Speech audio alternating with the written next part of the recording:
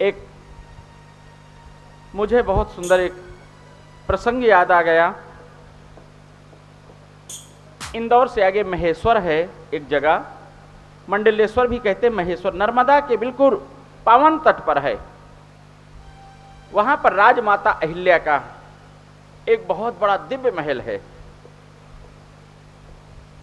जब आप इंदौर से लगभग 50 किलोमीटर दूर जाएंगे दक्षिण को तो वहां एक बड़वाह जगह है, और बड़वाह से उसका रास्ता महेश्वर का जाता है। आज वो महल अरबों रुपए का है, नर्मदा जी के पावन तट पर। इंदौर में भी उनकी विरासत थी। राजमाता अहिल्या का पुत्र कहीं जंगल में गया था और जंगल में किसी भील लड़की को देख करके उसकी नीति और नियत खराब हो गई, अर्थात उसने बलात्कार किया। सैनिकों ने को मालूम था, किसी गुप्तचर ने आकर के राजमाता अहिल्या को बता दिया कि राजमाता जी एक बड़ी अप्रिय घटना हुई है, बड़ी एक कुल को दूषित करने वाली एक घटना राजकुमार के द्वारा हुई है। कहा गुप्तचर प्रकट करो, क्या बात है। कहा जिस राजा से, जिस राजकर्मचारियों से समाज सुरक्षित रहता है, उसी राजकर्मियों के द्वारा तो ऐसा नहीं हुआ, पर राजकुमार के द्वारा जरूर एक हमारे इस सूबे की, अर्थात हमारे इस राज्य की एक भील लड़की के साथ में ऐसा ऐसा कार्य हुआ। बुलाया अपने पुत्र को, मैं नहीं कह रहा हूं, वहां का इतिहास साक्षी है। और उसने अपने पुत्र को निकाल करके बुला करके पूछा तूने ऐसे किया है। पुत्र खड़ा था और उस राजमाता अहिल्या ने क्या किया कि तलवार निकाला और तलवार निकाल करके अपने पुत्र का सिर काट दिया। मैं गौतम की पत्नी अहिल्या का प्रकरण नहीं सुना रहा हूं, उनकी कथा नहीं सुना रहा हूं, मैं मराठवाड़ा की राजमाता अहिल्या का प्रसंग सुना रहा हूं, जिन्होंने अपने पुत्र की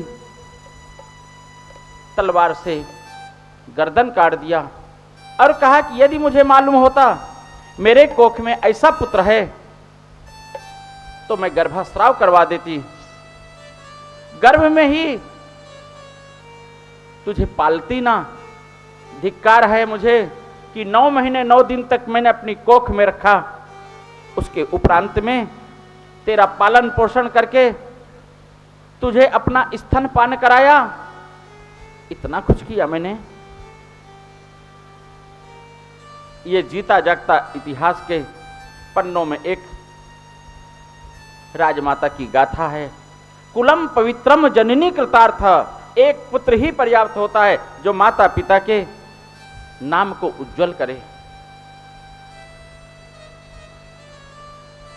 पुत्र जब कोई अच्छा कार्य करता है, माता पिता का हृदय गदगद हो जाता है, परिवार पड़ोसी लोग भी गदगद हो जाते हैं, वह राष्ट्र भी प्रसन्न हो जाता है जिस राष्ट्र में कोई राष्ट्रभक्त पुत्र हो। तो कैसा हो, पुत्र हो तो ध्रुव जैसा हो, प्रहलाद जैसा हो, महाराणा प्रताप जैसा हो, सुभाष चंद्र बोस जैसे हो, भगत सिंह जैसा हो, हकीकत राय जैसा हो।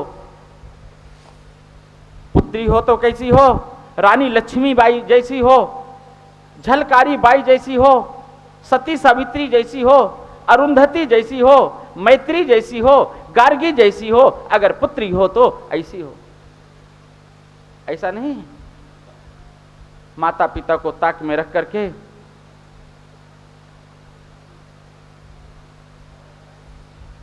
माता पिता की इज्जत और सम्मान का, राष्ट्र का, देश का, पड़ोस का, संबंधियों का, रिश्तेदारों का, किसी का जिसको ध्यान न हो, ऐसी पुत्री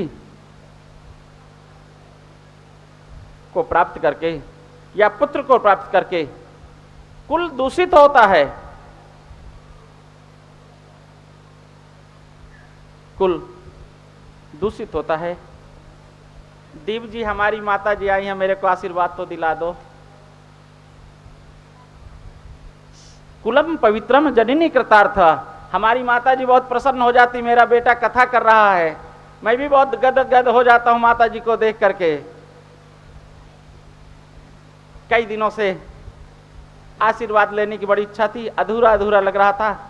कल नहीं आई माता जी, मैं देख रहा था सारी भीड़ भाड़ में कथा करते करते कि जो है माता जी आए, मेरे सिर पे हाथ रख दें, मैं कृतार्थ हो जाऊंगा, मैं धन्य हो जाऊंगा। कुलम पवित्रम जननी कृतार्थ, वह कुल पवित्र हो जाता है, वह जननी कृतार्थ हो जाती है जिसका पुत्र भगवान का भक्त है।